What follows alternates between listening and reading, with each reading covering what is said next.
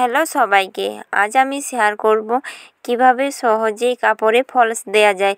তো এরকম কাপড় আশা করি সকলের বাড়িতে আছে।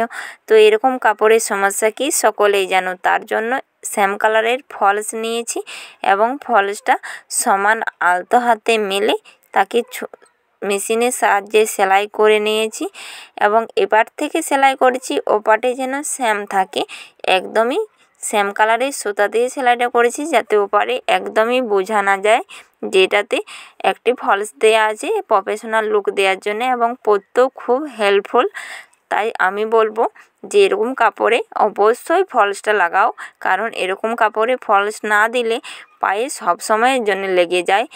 তো এখানে আমি তারপর হাতের সাহায্যে পুরো রাউন্ডটাকে আমি হেম সেলাই দিয়ে কভার করেছি যাতে ওই পারে না একদমই বোঝা যায় যে সেলাই আছে। এই জন্য আমি এই হেম সেলাইটা ব্যবহার করি, যেটা করতে অনেক বেশি সময় লাগে এবং অনেক কষ্ট ধৈর্য ধরে করতে হয়। তারপর আমি রাউন্ডটা শেষ করেছি। এখন এটা একটা প্রফেশনাল লুক দিচ্ছে। আশা করি এরকম টিপস তোমাদের কাজে লাগবে।